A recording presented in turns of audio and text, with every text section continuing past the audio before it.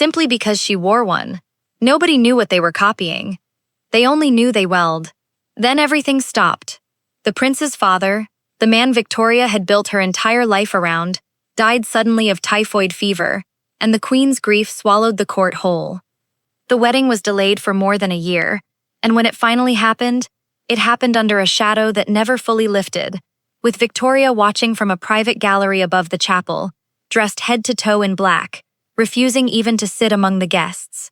At the end of his life, the King of England had one final visitor to receive, and his wife was the one who sent for her. Not a doctor, not a priest, the other woman. For 12 years, she had been his companion in every sense but the legal one, closer to him in his last decade than almost anyone alive, including, in the ordinary hours of a day, his own wife. And now the wife, the woman he had humiliated in front of 2 continents for nearly 5 decades, walked to where that woman was waiting and let her in. No one in that palace expected it. No one would have blamed her if she had turned the woman away at the door and let the king die without her. That was, by every account, well within her rights, and more than one person standing in that hallway that afternoon assumed that was exactly what was about to happen. Instead, she stepped aside. And when the other woman broke down at the bedside, when the composure she had spent 12 years perfecting finally gave way completely, it was not the king who called for her removal. It was his wife. Quietly, almost gently, as if she were doing the other woman a kindness by ending her humiliation before it went any further. Stay with this story to the end, because nothing about it means what it looks like on the surface. Not the marriage, not the mistress, not the wife who let her in and then had her taken out. By the time we reach that room again, you will understand exactly why she did it, and it will not be the reason you think. Her name was Alexandra, and for 62 years she was, by nearly every measure the era could produce, the most adored woman in the British Empire. Crowds numbering in the hundreds of thousands lined streets for a glimpse of her carriage. Her clothes were copied within the week. Her jewelry started fashions. Even the way she walked, the particular tilt of her stride, became something other women practiced on purpose, in private, hoping to look like her. What almost none of them knew was what that walk was covering, or what the necklaces were covering, or what the smile, the famous, endlessly photographed smile, had learned to cover across 6 decades of a marriage that broke nearly every rule a marriage is supposed to keep.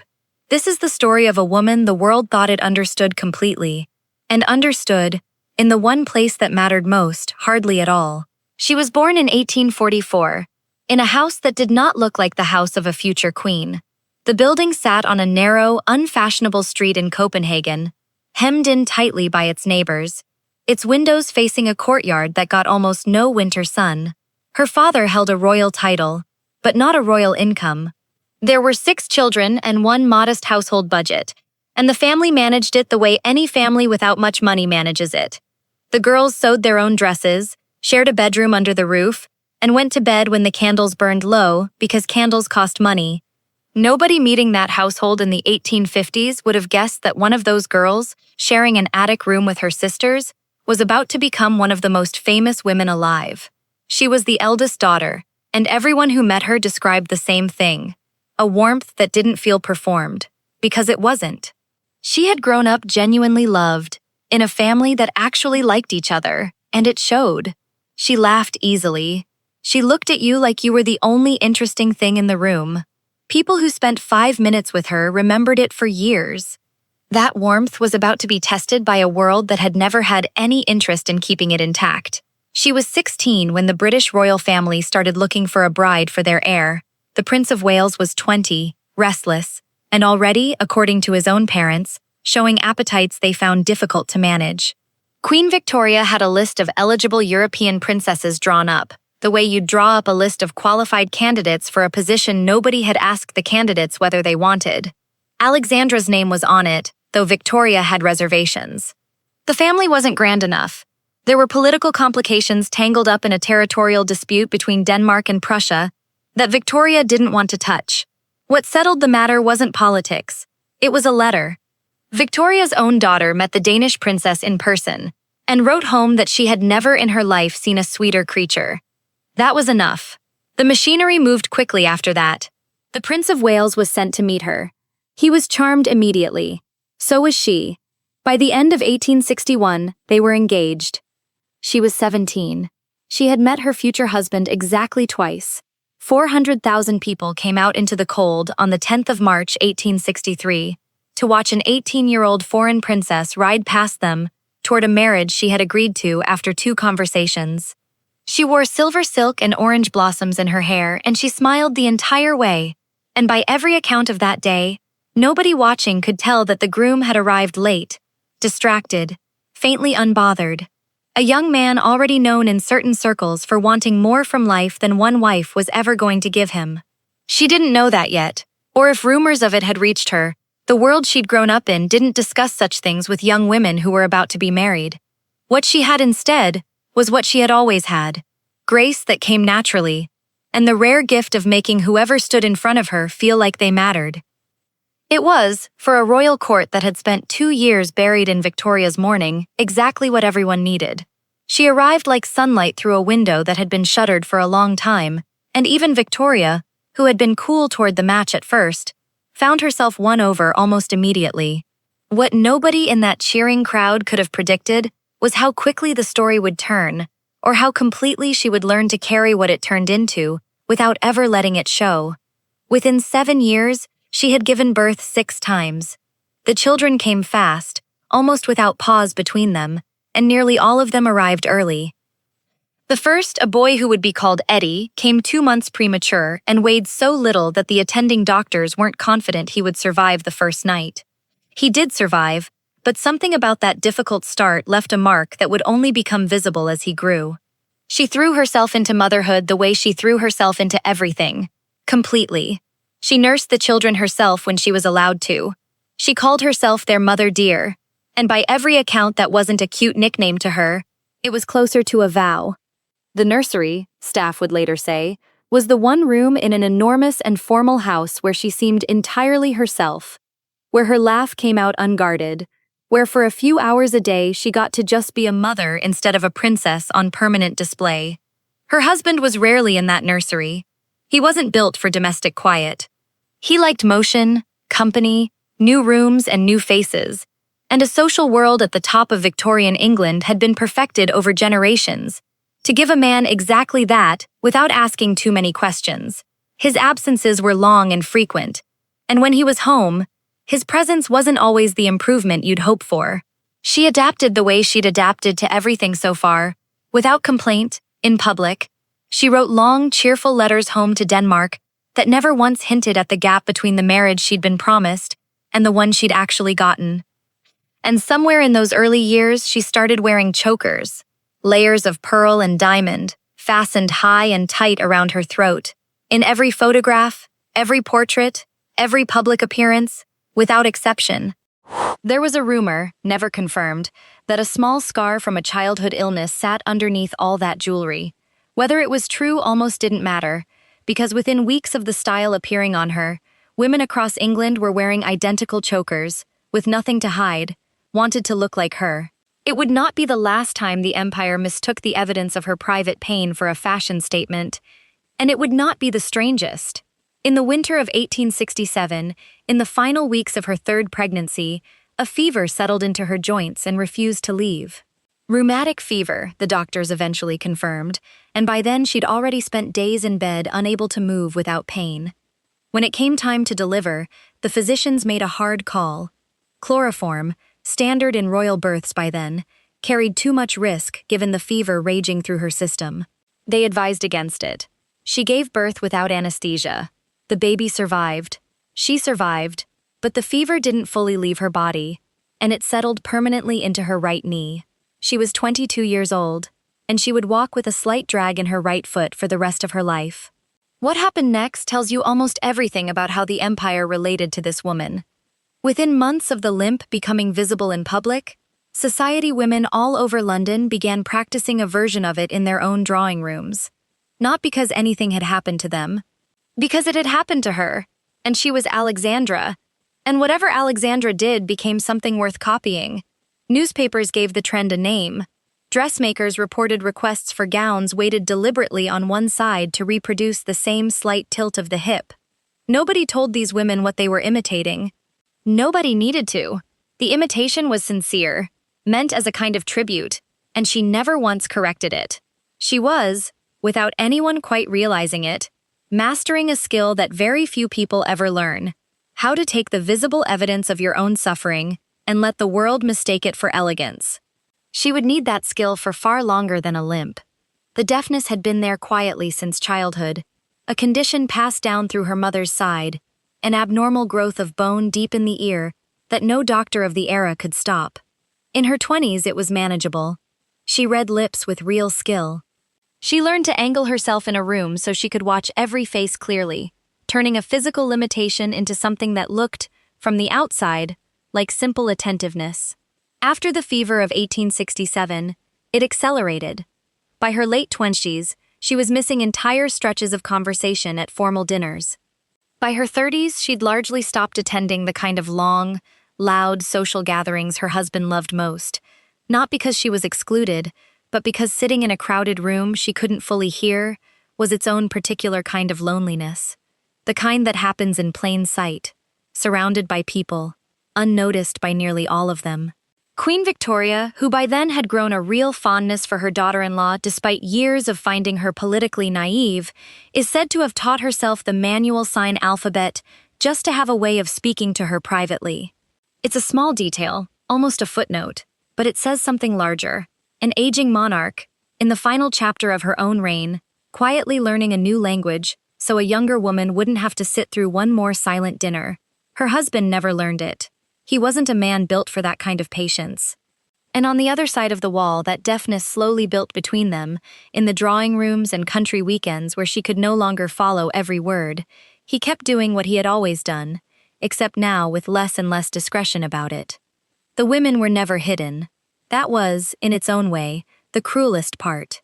They were received at court, written up in society columns, invited to the exact same dinners and country weekends she attended, so that she sat, again and again, across a table from the woman her husband had spent the previous week with, and said nothing, and smiled, and asked after everyone's health.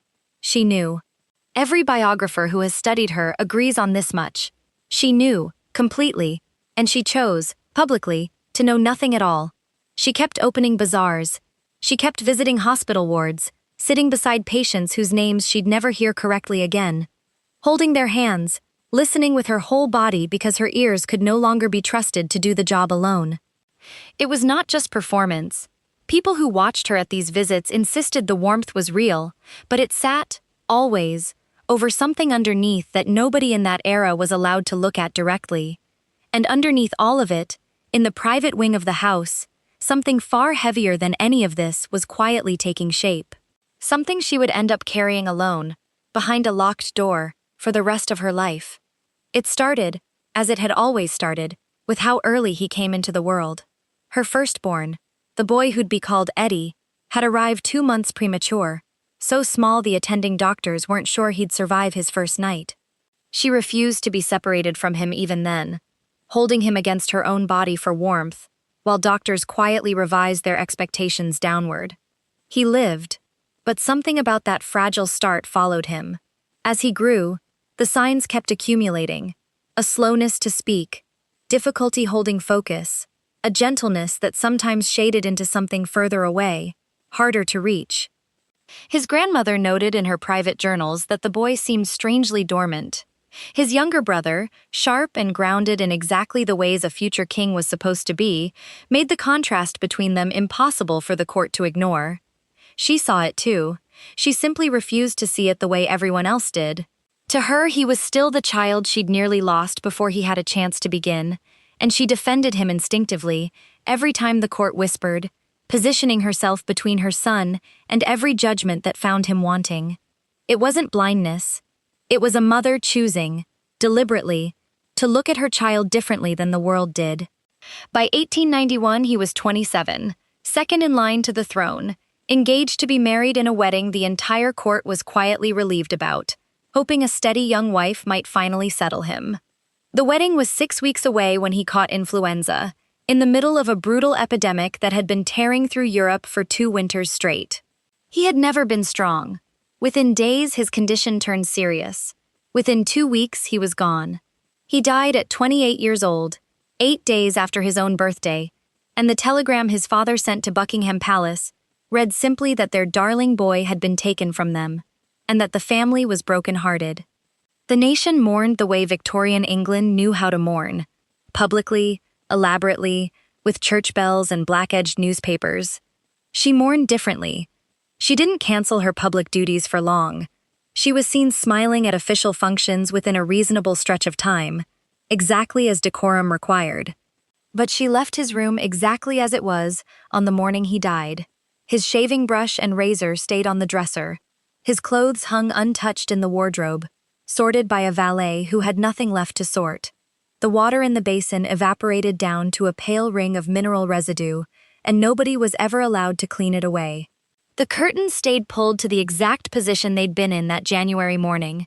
She locked that door, and she kept it locked for 33 years, through the death of the old queen, through her own coronation, through 9 years as empress, and a world war that reshaped the map of an entire continent and killed people she loved. Through a decade and a half of widowhood, through her own memory slowly beginning to loosen its grip. The room never changed. When she died in 1925, that room was still, in every physical detail, exactly as her son had left it in January of 1892. Some who wrote about it later called it a mother's inability to accept what had happened. But there's another way to read it, and once you see it, it's hard to unsee. She had spent her entire adult life learning to let things go without a visible flicker, the husband who was always somewhere else, the conversations she couldn't hear, the private cost of a public smile that was never allowed to slip. She had become, out of pure necessity, extraordinarily skilled at releasing things quietly. That locked room might have been the one place she refused to practice that skill. The one door in her entire life she did not let close on the truth of what it had cost her. And while that door stayed shut at Sandringham, her husband, only a short distance down the same hallways, in the same years, kept moving through the world exactly as he always had. New faces, new names. The court adjusted, as courts do, and life on the surface simply continued. But there was a woman coming into his life who would turn out to be different from every name that came before her. Not in kind, in duration, and in what she would eventually come to mean. Her name was Alice Keppel, and she met him at a party in the spring of 1898. She was 29, he was 56, and had been Prince of Wales for 35 years by then, with no real sign of that changing anytime soon. Her husband was an army officer, an agreeable, undemanding man who understood early in their marriage that his wife's particular gifts, her wit, her ease in any room, her unmistakable magnetism, were going to carry her further than his own modest income ever could, and he made his peace with that, in the quiet, practical way of a man who genuinely loved his wife enough to let her be exactly who she was. And she really was extraordinary. Not simply beautiful, though she was that too. She had a gift for conversation that left cabinet ministers feeling smarter for having spoken to her. She understood, instinctively, the precise line in Edwardian society between what could be said in a crowded room and what had to live only in the silence between sentences. He was captivated within weeks. He stayed captivated for the next 12 years, until the morning he died. This wasn't like the others. The earlier women had been seasons, intensities, brief fires that burned out or got replaced. Alice Keppel settled into his life with something closer to permanence. She wasn't simply a mistress in the old, transient sense of the word. She became, by several accounts of the period, something closer to a fixture of his political and social machinery, calming his moods, easing his relationships with his own government, present at the same country weekends, the same shooting parties, the same rooms the Queen herself was expected to attend. And here is where the story stops being what it looks like on the surface. Because Alexandra didn't merely tolerate Alice Keppel, she was, by nearly every account from people who watched it happen, almost gracious toward her. She accepted gifts her husband had picked out with Keppel's help. She acknowledged, in small unspoken ways, that this woman occupied real space in her husband's life. She never made a scene. She never let a room go cold when all three of them stood in it together. There's an easy explanation for this, the one most people reach for first. that after 35 years of a marriage built on this exact pattern, she had simply worn down to acceptance. The wound scarred over so thick it no longer registered as pain. But there's a harder explanation to dismiss. Once you look at everything else this woman had already proven she could do. This was not a woman without agency. This was a woman who had turned a limp into a fashion movement, who had covered a scar with jewelry an entire empire imitated without asking why, who had sat through decades of dinners she couldn't fully hear, decades of ceremonies beside a husband who'd spent the night before with someone else, and never once let the public see the cost of any of it. She hadn't simply survived those rooms, she had owned every one of them. The crowds, when asked, consistently loved her more than they loved him. Even Victoria had noticed it and said so. So maybe the graciousness toward Alice Keppel was exactly what it looked like. Or maybe it was something else entirely. A woman who understood, after 40 years of studying power up close, that there is a version of acceptance that looks identical to surrender, and functions as its complete opposite. Either way, nothing about her husband changed. He became king in 1901, when the old queen finally died after 63 years on the throne, and the era that would carry his name officially began. Built in his own image, appetite, spectacle, and a complete disinterest in restraint. She became queen beside him, walked into Westminster Abbey in gold silk and received the crown she had, in some sense, been waiting for since she was 18 years old, and had met her future husband exactly twice. It had taken 38 years to get there. She was 56. And the years of actually wearing the crown turned out to be, in practice, some of the most constrained of her entire life. No political power, no formal say in anything that mattered to the government, just the role she had always played. Appear, smile, open, comfort, attend. She built a military nursing service from nothing. She started a charitable fundraiser that, remarkably, still exists today. She sat with hospital patients not as a duty to be performed, but, by every account, as something she genuinely needed to do, listening with everything she had left to listen with, since her ears could no longer be trusted for the job. And through all of it, Alice Keppel remained exactly where she had been for over a decade, close enough to be part of the family's actual life, and never, on paper, part of the family at all. By the spring of 1910, the king was 68 and visibly failing. He had never treated his own body with anything resembling caution, and decades of rich food, cigars, and late nights had finally caught up with a constitution that couldn't absorb them anymore. Bronchitis set in. He refused, the way men of his temperament so often do, to slow down for it. He came back from a trip abroad coughing and gray, collapsed more than once, and between each collapse kept receiving visitors and getting dressed each morning, as if none of it were actually happening to him. She was away when it turned serious, visiting her brother abroad. The news reached her and she rushed home, arriving on the 5th of May. By then, her husband had one day left to live, and in the hours that followed, hours in which 47 years of carefully maintained arrangement were about to collapse into a single, irreversible point, she made a decision that no one who truly knew her found shocking, and that almost no one who has written about it since has ever fully explained. She sent for Alice Keppel. The message went out that afternoon. Keppel dressed and came immediately. The household, the doctors, everyone gathered around the dying king's bedroom, simply parted and let her through, because the queen had given the order, and in that room, on that day, her word was the only one that mattered. What happened over the following hours has only ever reached us secondhand, through memoirs and careful reconstructions built from people who were adjacent to the room, and spoke about it only in the guarded, roundabout way the era spoke about anything that actually mattered. But the outline is not disputed. The king spent much of that final day refusing to behave like a dying man. He got dressed. He received guests. At one point, he stood up from his chair entirely on his own and announced to the room, to no one, and everyone at once, that he would not give in, that he intended to work until the very end. Then he sat back down, and the coughing returned, and the day went on exactly as before. She barely left his side after that, and then, in the middle of it, she sent for the other woman.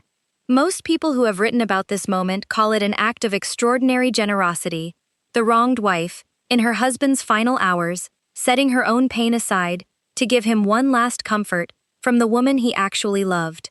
That reading isn't wrong, but But it's not the whole story either. Because think about what this woman had learned, across 47 years, about her own husband, her own marriage, and her own position inside it. She knew every name that had come before Keppel. She had built an entire public identity out of appearing to know nothing at all, and had done it so completely that the world around her had simply accepted her composure as the natural weather of the place, never questioning what it cost to maintain. She had never once asked anyone for sympathy. She had never demanded the world acknowledge what she carried. And now she was standing in her dying husband's bedroom, and she was the one who decided who came in, and who stayed, and who was asked to leave. Not him, not the staff, not the doctors, who deferred to her in absolutely everything. She let Keppel into that room. She stood back and watched the woman who had spent the last 12 years closer to her husband's daily life than she herself had been in decades, take his hand, and lean in, and speak to him in the low, urgent voice of someone trying to reach a man who was already halfway gone. And then Keppel broke down completely.